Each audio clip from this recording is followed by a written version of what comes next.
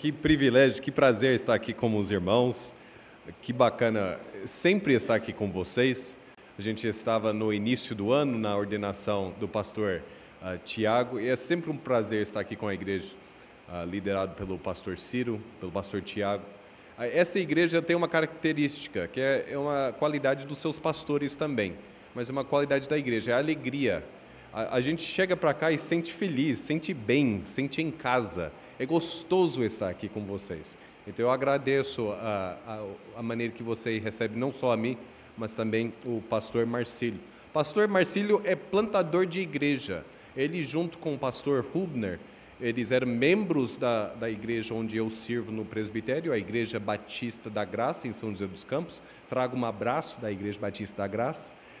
Mas o pastor Marcílio e o pastor Hubner foram enviados para a cidade vizinha, Jacareí, para plantar a Igreja Batista Vila Branca. A igreja, em um ano, pouco mais de um ano, já cresceu muito. Inclusive, eles estão precisando procurar um outro lugar. E o pastor Marcílio, depois, troca uma ideia com ele, pergunte a ele como é essa experiência plantar um trabalho, quantos quilos ele já perdeu fazendo o trabalho de plantação de uma igreja. Irmãos, eu agradeço a sua participação numa sexta-feira à noite, num congresso sobre sola escritura, e eu vou fazer uma oração, mas antes eu peço, por gentileza, que abram as suas Bíblias em 2 Timóteo, capítulo 3. 2 Timóteo, capítulo 3.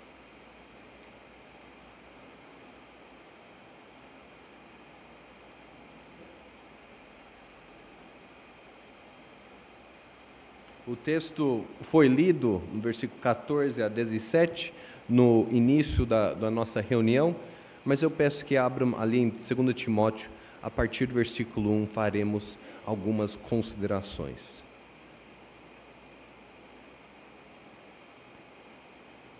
Vamos orar?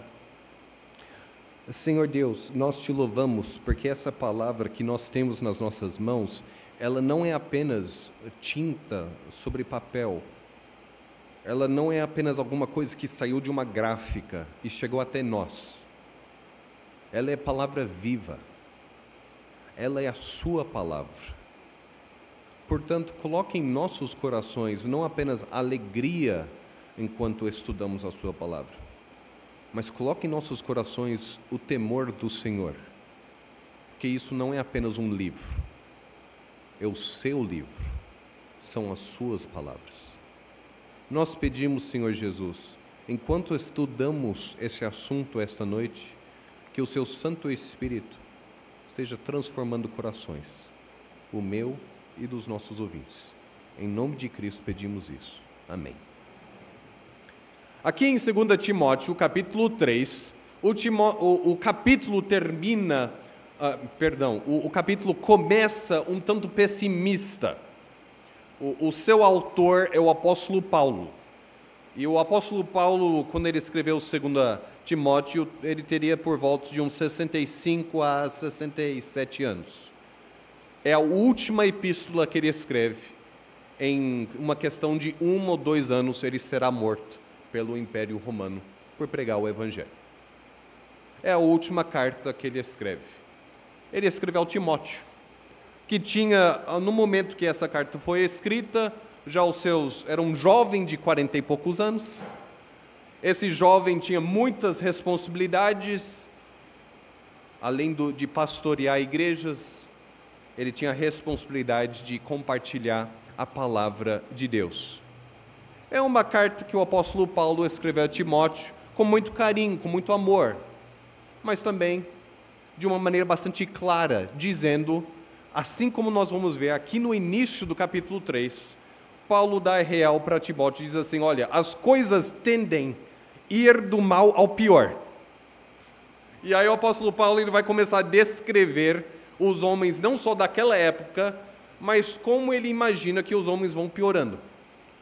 Um homem que foge da luz das Escrituras, que nega o seu Criador, que não ajoelha perante Deus Todo-Poderoso, ele é como? E aí, em 2 Timóteo, capítulo 3, a partir do versículo 1, Paulo diz, olha, sabe, porém, isto, nos últimos dias sobrevirão tempos difíceis, pois os homens serão egoístas, avarentos, jactanciosos, arrogantes, blasfemadores, desobedientes aos pais, ingratos, irreverentes, desafeiçoados, implacáveis, caluniadores, sem domínio de si, cruéis, inimigos do bem, traidores, atrevidos, enfatuados, mais amigos dos prazeres que amigos de Deus, tendo, e esse é um versículo-chave, tendo forma de piedade, tendo uma aparência de piedade, mas negando, entretanto, o poder da verdadeira piedade. Foge também destes. E aí o apóstolo Paulo continua dizendo, olha, esse tipo de gente, inclusive trouxe muita perseguição, não só a mim, mas Paulo, sendo sincero com seu amigo Timóteo, a quem ele amava como um filho, Paulo vai dizer, olha, no versículo 12, ora, todos quantos querem viver piedosamente em Cristo Jesus, serão perseguidos. E aí continua no versículo 3, resumindo a sua leitura, os homens perversos e impostores irão de mal a pior, enganando e sendo enganados. Cara, o que isso tem a ver com o nosso tema hoje à noite?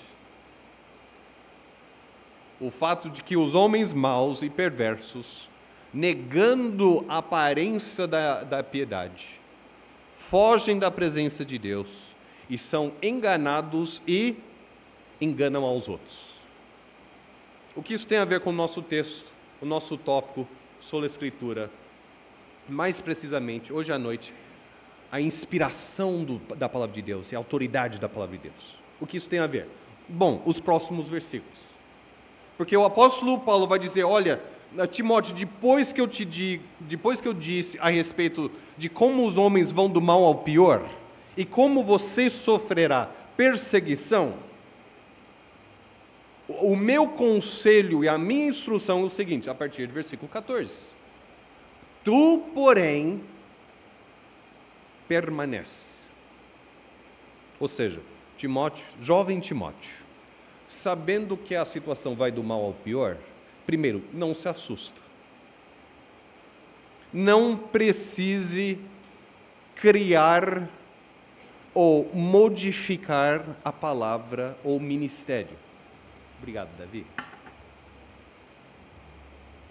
Não é preciso modificar a palavra de Deus, alterar a palavra de Deus, fazer ajustes à palavra de Deus devido aos homens maus ou devido à perseguição. Não, o apóstolo Paulo vai dizer, tu, porém, permanece naquilo que aprendeste, e de que fosse inteirado, sabendo de quem o aprendeste, e que desde a infância sabes as sagradas letras. Esse seria o Velho Testamento. A sua mãe, Timóteo, a sua avó, Timóteo, te ensinou o Velho Testamento. E essa palavra pode tornar-te sábio. Você sabe que destas sagradas letras vem o conhecimento ou a sabedoria para entender e compreender e conhecer e buscar e encontrar a salvação pela fé em Cristo Jesus. Dá um passo para trás. Ou seja, Paulo, você acabou de listar todos os males, todas as coisas erradas, inclusive com a nossa sociedade, inclusive com o nosso bairro, com aquele vizinho que dá tanta dor de cabeça para você. Com certeza o pecado dele está listado aqui em 2 Timóteo 3. Ele odeia a autoridade, ele odeia o outro, ele só pensa nele mesmo, ele é mais amigo do prazer do que amigo de Deus. Inclusive, aquilo que atrapalha o crescimento, não que atrapalhe o crescimento espiritual, mas aquilo que é um obstáculo na felicidade talvez do seu cônjuge, ou do seu pai, ou da sua mãe, ou dos seus filhos, ou as pessoas que convivem com você, o seu pecado, o nosso pecado está listado aqui em 2 Timóteo capítulo 3. E qual é a resposta para isso? A resposta é palavra de Deus. A resposta do apóstolo Paulo para perseguição e tribulação é palavra de Deus. Por isso ele vai terminar o capítulo dizendo: Timóteo, você sabe o que você aprendeu da sua queridinha mãe, da sua avó. Você sabe as palavras. E você sabe que toda a Escritura é divinamente inspirada e útil para o ensino, para a repreensão, para a correção, para a educação na justiça. Timóteo, se o seu ministério vai produzir frutos, se o seu púlpito vai alcançar o objetivo de Deus, se essa gente cheio de pecado, se nós que somos pecadores, se nós vamos ser transformados pelo Espírito Santo, Timóteo, será pelo poder da palavra. Esse é o argumento do apóstolo Paulo em 2 Timóteo capítulo 3. Em 2 Timóteo capítulo 3, os homens que fogem da presença de Deus, eles têm aparência de piedade, mas como é que ele disse ali no versículo 12? Negando a eficácia do poder. Perdão, isso no versículo 5. Tendo forma de piedade, mas negando o poder da piedade.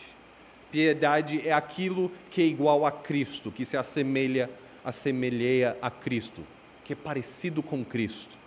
É possível fingir que você é igual a Cristo, mas negar o poder de Cristo. Porque Cristo nos transforma de dentro para fora. É possível só manter uma aparência. Eu sou um cara humilde, eu sou um cara dedicado, eu penso nos outros. Mas é só uma aparência, entende? O apóstolo Paulo, ele está dizendo, o que tem poder mesmo, o que transforma de dentro para fora, o que nos capacita a não apenas ter uma aparência de piedade, mas de sermos piedosos, é a Escritura que é divinamente inspirada por Deus. Irmãos, quando nós falamos sobre a reforma protestante, é interessante pensar em sola Escritura, que é o tema da nossa conferência.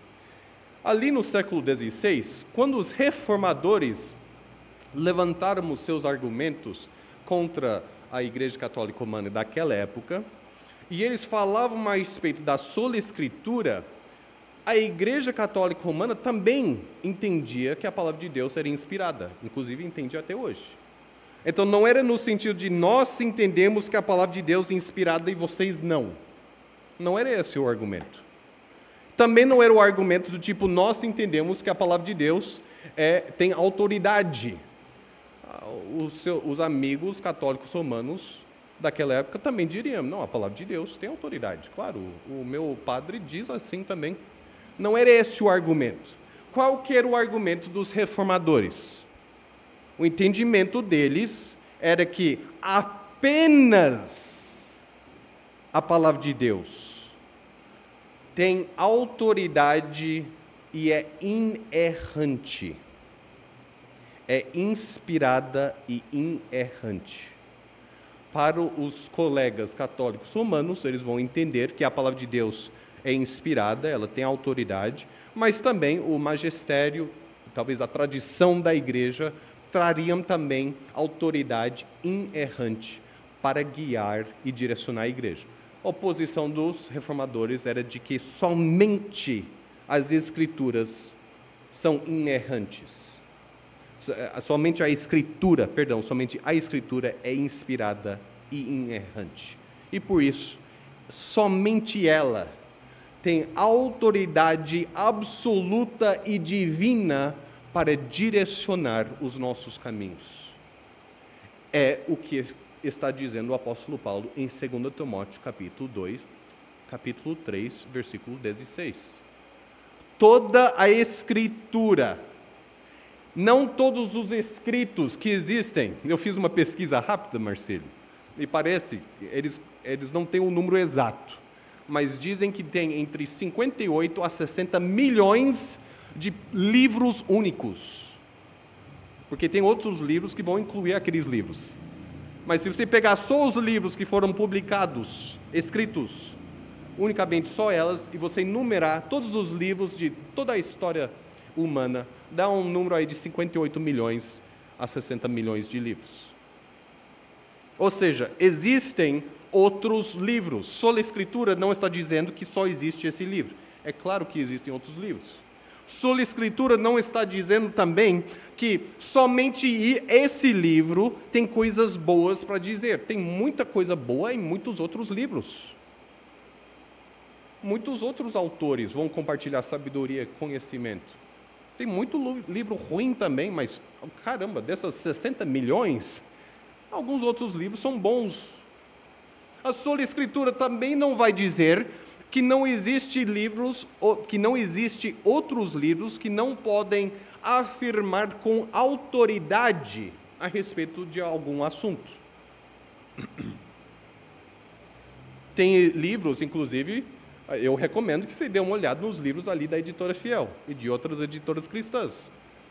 São de pessoas que pensaram, que pesquisaram, estudaram e escreveram com uma certa autoridade, dominam aquele assunto. A Sola Escritura também não está dizendo que somente esse livro, a Palavra de Deus, somente ela tem respostas, ou que ela tem todas as respostas. Eu estava ajudando meu filho na matemática, 2 mais 2 é igual a, esse livro aqui não vai me dizer, não vai me oferecer essa resposta. Se eu quero fazer uma receita de um bolo de chocolate, não que eu vou querer, mas se eu quisesse, eu não manjo muito bem na cozinha, não é esse livro aqui que vai me ajudar a encontrar essa resposta. Ou seja, não é toda a resposta que você vai encontrar nesse livro. E também, não é só nesse livro que você encontra respostas. É somente nesse livro que você encontra respostas. O que é que está afirmando o Sola Escritura? No que tem a dizer sobre a fé, a salvação e a obediência, esse livro, por ser inspirado, inerrante, é a autoridade absoluta. Todos os outros livros precisam ser comparados a esse livro. Todas as outras pregações, essa pregação, todas as outras falas, todas as afirmações, tudo que se diz verdadeiro precisa ser comparado a essa verdade. Porque essa verdade é, primeiro, inspirada e, segundo, autoridade. Primeiro, inspirada. O que diz aqui em 2 Timóteo 3,16? Toda a Escritura é inspirada por Deus. Inspirada ali quer dizer soprado. O sopro de Deus. O ano passado, o ano retrasado, lá em São José dos Campos, fez bastante frio. Foi a semana mais fria do ano. E aí eu levantei de manhã, eu saí fora e quando eu respirei, sabe quando você respira e vê aquela como se fosse fumaça, aquela fumaça branca por causa da condensação? Ou seja, a minha respiração, ela não é visível. A nossa respiração, ela é invisível. Mas naquelas condições de frio, dava para ver o ar saindo da minha boca. É isso que Paulo está dizendo aqui em 2 Timóteo. Quando Deus abriu a sua boca, a gente não enxerga aquele sopro, a não ser aqui na palavra. A palavra, a Escritura, é a maneira de você enxergar o sopro de Deus. Entende? Isso é diferente do que você afirmar que Deus chegou para um livro e simplesmente soprou nela. Seja abençoada, seja inspirada, seja útil. Não é isso. Paulo está dizendo que toda a Escritura vem da boca de Deus. A Escritura é a revelação de Deus. É Deus se revelando aos homens. Irmãos, isso é muito interessante. A inspiração de Deus a inspiração das Escrituras afirma que a palavra de Deus não é uma palavra apenas que vem de Deus, que a fonte dela é divina, mas a palavra é como se fosse a nossa visão de Deus. Nós enxergamos quem Deus é através desta palavra. Toda a Escritura é inspirada, é soprada por Deus. A inspiração das Escrituras, a nossa confissão de fé batista, a nossa confissão de fé batista de Londres, de 1689, vai dizer ali, logo no primeiro artigo, a Sagrada Escritura é a única regra suficiente, certa e infalível de conhecimento para a salvação, de fé e de obediência. A luz da natureza, as obras da criação e da providência manifestam a bondade, a sabedoria e o poder de Deus de tal modo que os homens ficam inexcusáveis. O que ele está dizendo aqui? Ele está dizendo, quando você levanta de manhã, você vê o nascer do sol, você vê aquela beleza, não tem como você dizer não a Deus, porque a própria natureza está dizendo, seu louco, claro que tem, quem pintou esse céu? A natureza revela Deus. Entretanto, o nascer do sol ou o pôr do sol não vai me dizer como chegar a esse Deus, como ser aceito na presença de Deus. A natureza me deixa, claro, inexcusável. Eu não consigo afirmar que não há Deus, porque tudo ao meu redor diz, há um Deus que criou essa realidade bela que o nosso pecado, nosso egoísmo está destruindo. Portanto, aí eu continuo da confissão, contudo, não são suficientes para dar conhecimento de Deus e de sua vontade que é necessário para a salvação. Alguém que vive sozinho no meio da mata, vendo o nascer do sol, o pôr do sol, a chuva e como Deus cuida dos animais, e os 10.000 diferentes tipos de árvores e plantas, ele pode chegar à conclusão correta que há um Deus que criou tudo isso. Mas ele sozinho, sem a palavra de Deus, nunca vai chegar à conclusão que ele devia crer em Cristo como seu Salvador. Por isso, aí continua a confissão, em diversos tempos e por diferentes modos, o Senhor foi servido revelar-se a si mesmo e declarar sua vontade à sua igreja, e para a melhor preservação e propagação da verdade, foi igualmente servido fazer escrever por completo todo esse conhecimento de Deus e revelação de sua vontade necessários à salvação, o que torna a Escritura indispensável. Irmãos, a Escritura chega até nós como Deus nos dizendo, você é louco, você é cego, a não ser que eu desenhe, eu estou desenhando. E ele, o sopro dele, a inspiração dele, produz a Escritura que temos em nossas mãos. A Escritura diz, em primeiro lugar, a respeito do nosso Deus. É por isso, irmãos, que nós erramos, se nós vamos primeiramente às Escrituras pensando, o que é que Deus vai me dar hoje? Qual a bênção que eu... A palavra de Deus diz muito a respeito das bênçãos que nós temos, diz muito a respeito das promessas que Deus fez a nós, mas a palavra de Deus vem primeiro para revelar o nosso Deus, para dizer quem Ele é, porque isso sozinhos a gente não podia conhecer. A inspiração das Escrituras afirma que a Bíblia é muito mais do que apenas um bom livro, muito mais do que apenas um livro que ajuda, e é um bom livro, é um livro que ajuda, muito mais do que um livro que traz bons conselhos, ou provérbios sábios, e traz bons conselhos e provérbios sábios, mas é muito mais do que isso.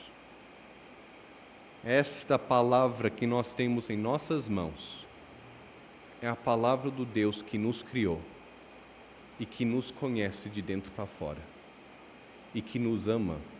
E diz João capítulo 3, versículo 16, esse Deus que nos enviou a sua palavra, nos enviou também o seu Filho, para morrer na cruz, sepultado, ressurreto 3 dias depois, tomando os nossos pecados sobre ele, para que todo aquele que nele crê não pereça, mas tenha a vida eterna. As Escrituras existem para revelar Deus e revelar o Salvador. Mas nós podemos ir adiante. O segundo ponto, tenho apenas 2 pontos hoje à noite. O segundo ponto, autoridade. Por ser a palavra inspirada, ela traz, como se diz, o carimbo divino. Autoridade. Olha o que diz 2 Timóteo 3, versículo 16. Toda a Escritura é inspirada por Deus e útil. Ou entende-se, portanto, é útil. Por ser inspirada por Deus, é útil para o quê? O ensino. Para quem não sabe, que fique sabendo. A palavra de Deus é útil para o ensino, para a repreensão, para chamar a atenção, para a correção, para mostrar, você deixou a desejar. Aqui é o jeito certo. A fé em Cristo é assim. Para a educação na justiça, a fim de que o homem de Deus não tenha apenas uma aparência de piedade, mas negando o poder, mas para que o homem de Deus seja perfeito e perfeitamente habilitado, capacitado para toda boa obra. E ali não são as obras, talvez, que nós chamamos de boas obras. Outro dia eu vi um jovem no farol ajudando uma senhora bastante idosa que estava com alguma dificuldade de atravessar a rua, e o jovem foi lá e ajudou ela a atravessar a rua. E os carros todos ficaram parados esperando aquele jovem fazer aquela boa obra. Essa boa obra aqui não é isso, ok? É possível fazer boas obras sem as Escrituras. Boas obras no sentido de ajudar o outro. Você varrer a calçada do seu vizinho, você se preocupar com o meio ambiente, você se preocupar com o bem-estar do seu vizinho, você tratar bem as pessoas da sua família. Existem pessoas que fazem coisas boas e nunca ouviram o Evangelho.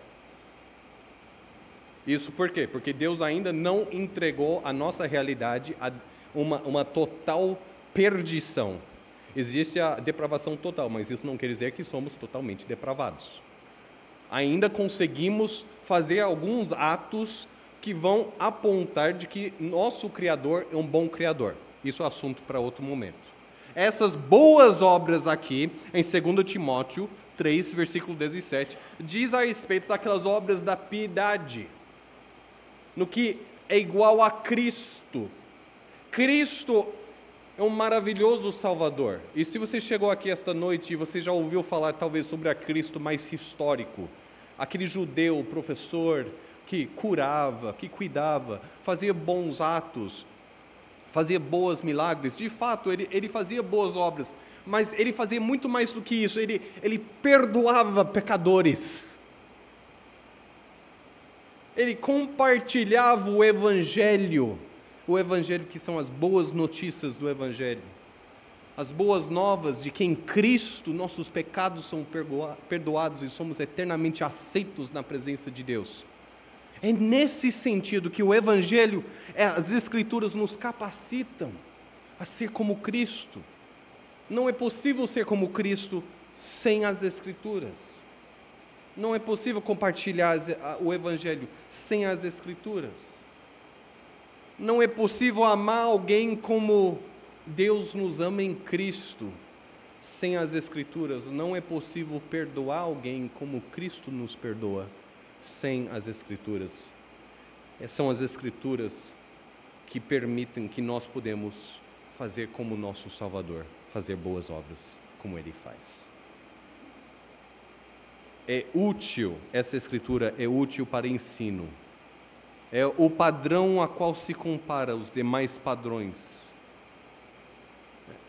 Hebreus capítulo 4, versículo 12, vai dizer assim, que a palavra de Deus, ela é viva, ela é eficaz, e ela é mais cortante do que qualquer espada de 2 gumes. Ela consegue, inclusive, chegar ali entre a alma e o corpo.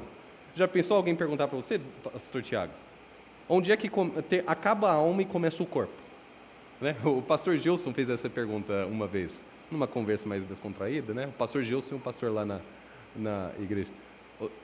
O que seria alguma coisa que é só da alma, mas não é do corpo? Né? E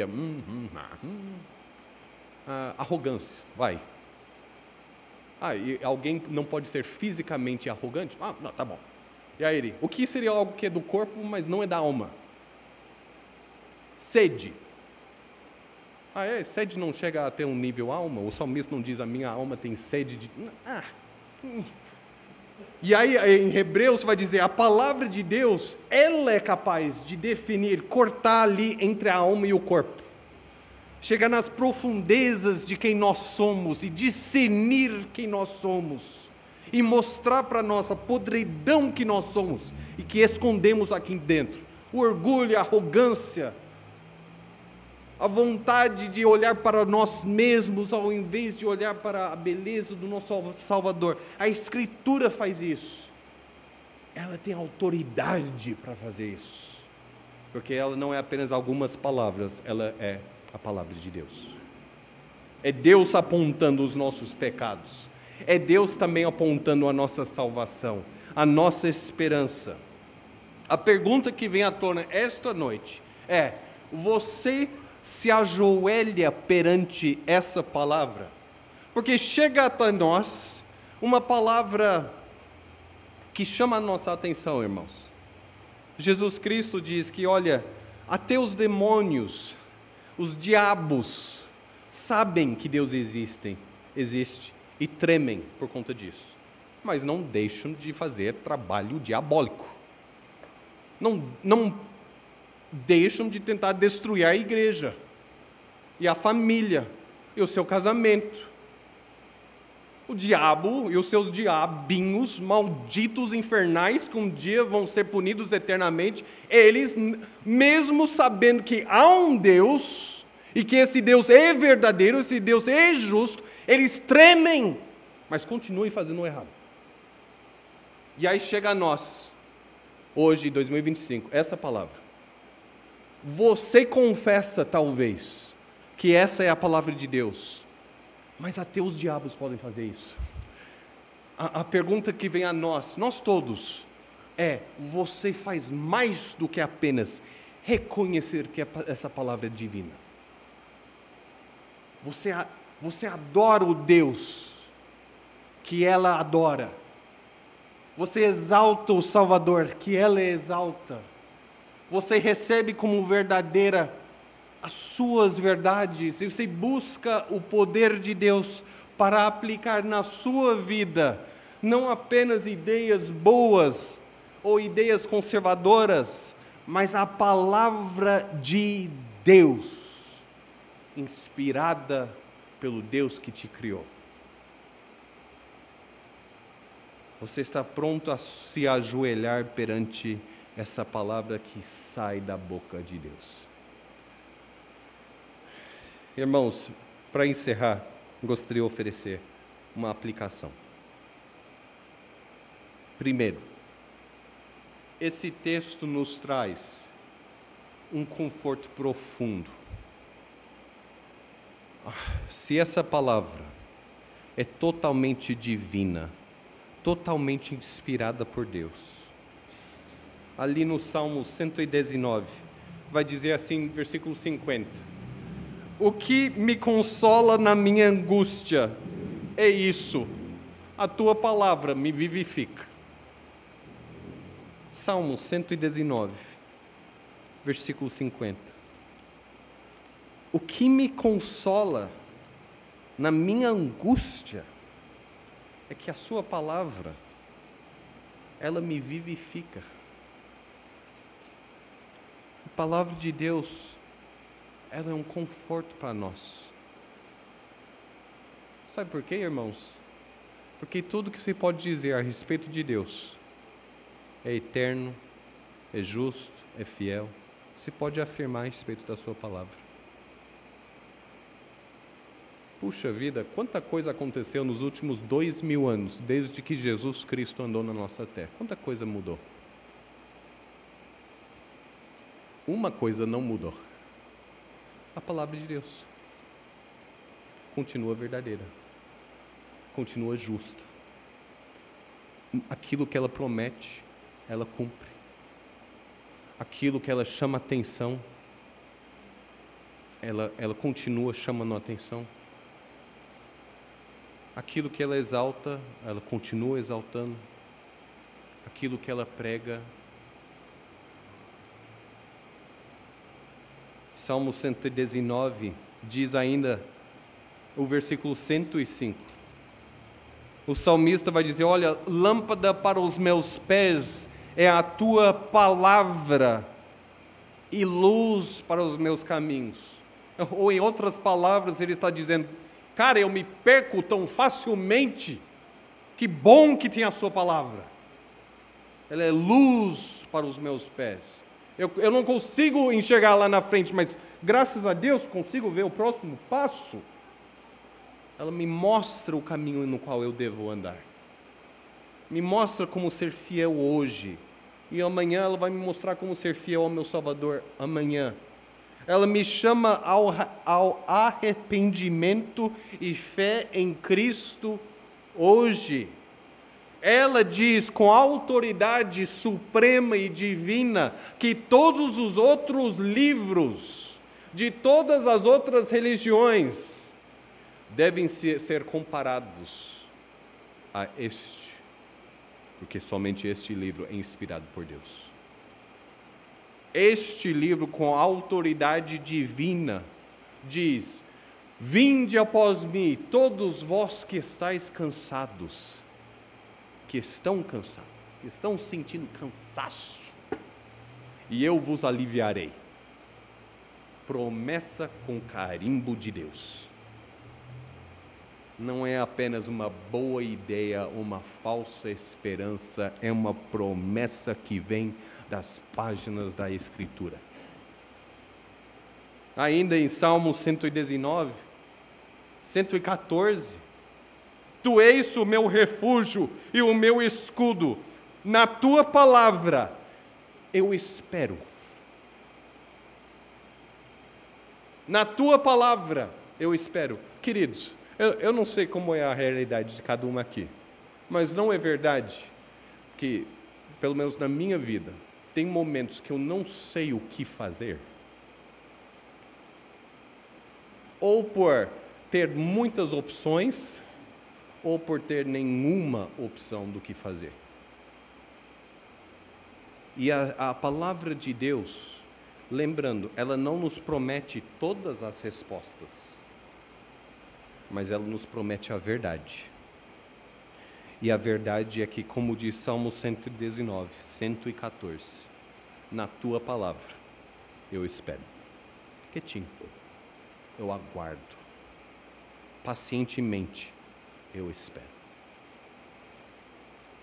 A aplicação essa noite seria: você conhece o conforto que há na palavra inspirada de Deus. E agora, se eu puder oferecer também uma palavra de aviso. Uma palavra de aviso. No antigo Império Romano, não vou falar muito sobre história, porque temos aqui um professor de história, entre outros, mas o que eu li a respeito do Império Romano é que naquela época tinha os mensageiros. O pessoal que levava a palavra do imperador ou do império O rei diz assim, o imperador diz assim, agora anota essa palavra e leva lá e avisa o pessoal. Eu vi ali a respeito de que, caso aquele mensageiro, ele alterasse a mensagem, ou falsificasse a mensagem, se ele chegasse na outra cidade dizendo assim diz o imperador, quando o imperador não disse, ele era culpado de traição contra o império, e a punição era morte. Traição contra o império. Quando nós dizemos, assim diz o Senhor, e o Senhor não diz. Queridos, isso traz sobre nós, a sola Escritura, ela pesa sobre nós uma certa responsabilidade e temor. Se nós afirmamos, Deus diz assim, e Deus não disse assim, no mínimo cometemos traição contra o nosso Deus.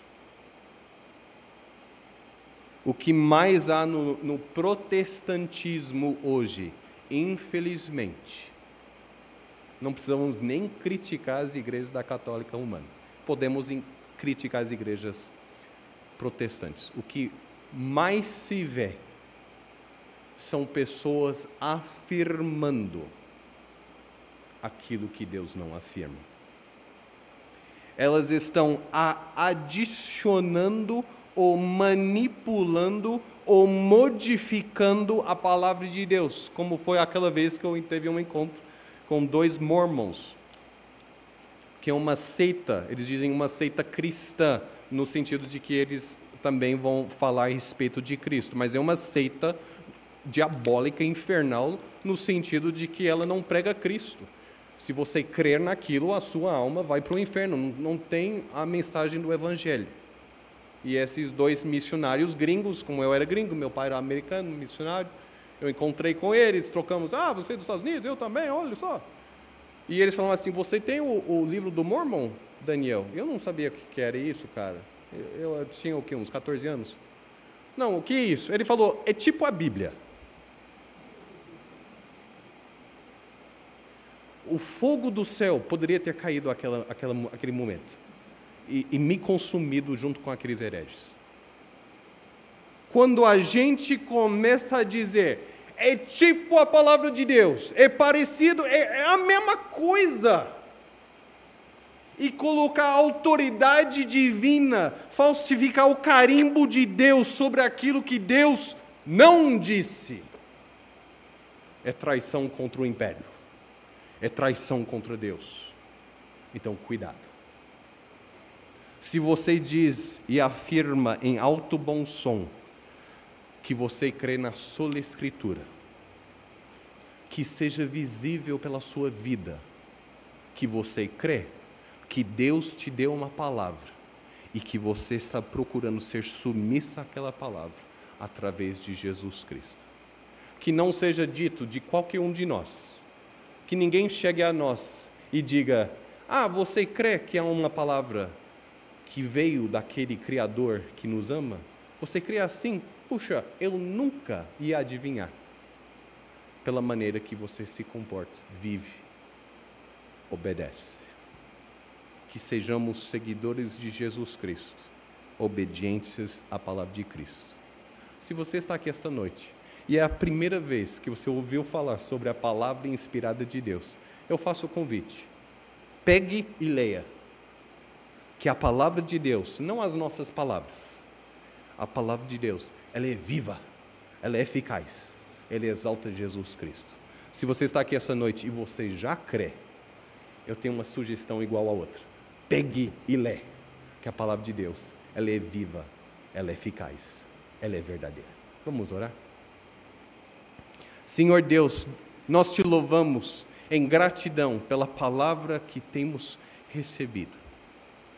Ela revela o quão grande e maravilhoso Tu és, e quão sujos e pecadores nós somos, e quão maravilhoso é o Senhor Salvador Jesus Cristo, que entregou a sua vida para salvar as nossas. Nos dê fé e confiança e coragem sobre esta palavra. Em nome de Jesus. Amém. Obrigado.